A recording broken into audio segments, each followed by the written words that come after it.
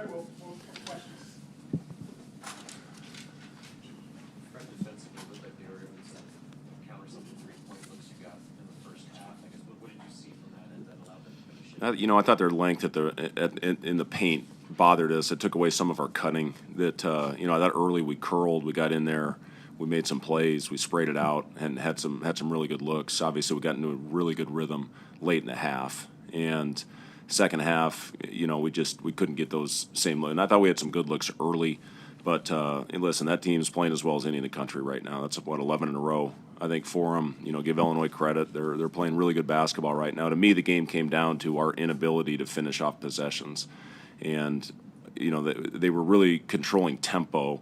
The play of the game is when Ivicic hit the ball out. It was the volleyball spike out to Davis, hit the three.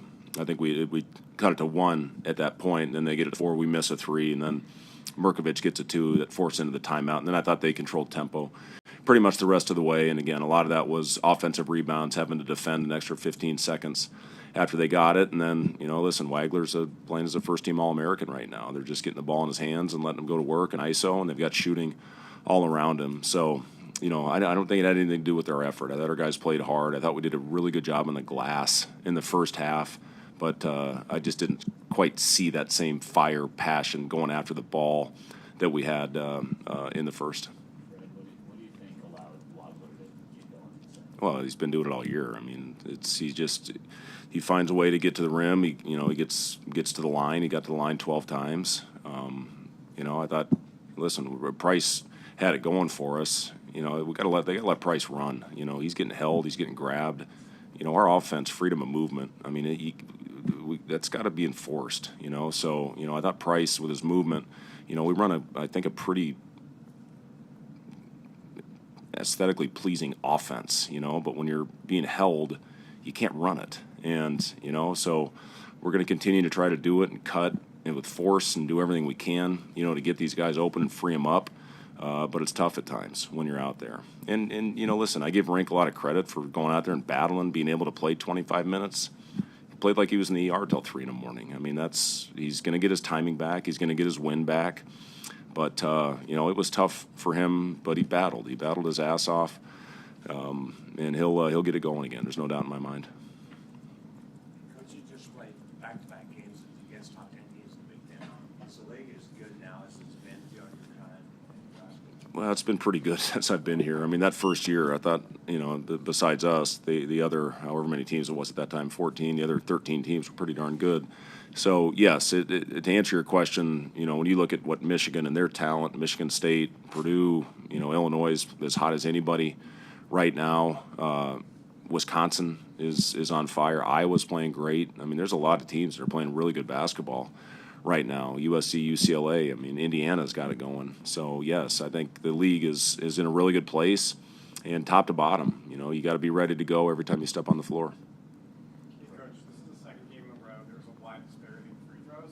Obviously, when you shoot threes, you're not going to get to the line as much. So when you see another team getting those easier shots, how do you keep your team mentally checked in? Yeah, you just got to keep battling. I did think we fouled too much. I did think we grabbed. But like I said, I mean, to us, we really try to flow. It's a free-flowing offense. And, again, when I've said what I need to say on that. But, we got to keep battling. We got to keep fighting. Bryce, second half, what is the best team you guys want this off? Do you think that was more looks or execution? Maybe a little bit of both. They switched some things up defensively, and I don't know. We just couldn't knock them down. We got the open ones, and that made the semi-contested ones even tougher. So, it was a little bit of everything. Fred, what's top of mind for you guys with the bid by right now playing again until Saturday? Yeah, it comes at a good time for us to get our guys that have been a little bit banged up, to get them right. We're actually going to come in and watch film tomorrow and get some shooting and skill work, and then we're going to take Tuesday off, and then they'll give us 3 days to prepare for Rutgers on Saturday. But this is a Rutgers team that's playing really good. They lose on the road last night by 3 to USC. They had the game against Michigan State. They had a 15-point lead in the second half. That's hard to do, obviously, against Michigan State. So this team's playing really well, and they're always tough and physical, especially in the rack. So we need to get right, get better, this week, have a good week of toughness in our practices. Tuesday's an important day for our guys to get in the tubs and get recovered and, have a really good 3 days heading into the weekend. From a player standpoint, what Coach is talking about, how do you not let 2 losses to top 10 opponents kind of derail all that you've built up right now? I guess what's the key from a player standpoint these next weeks? Yeah, obviously the back-to-back losses. We just got to look at the film tomorrow and learn from it and keep our head high and flush it as we get ready for Rutgers. Either one of you guys, just how good was it to see Brady come back out and shoot with such confidence and have that big of a game? Yeah, it's great. It's great having Braden, back out there healthy and, feeling good. He was limping a little bit at the end of practice. That's why we listed him as questionable today.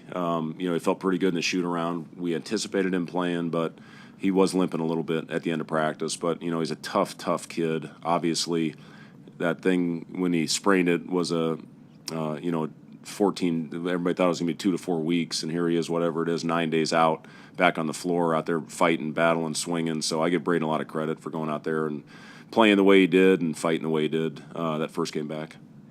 Bryce, just Kale Jacobson's role with Brink being maybe limited.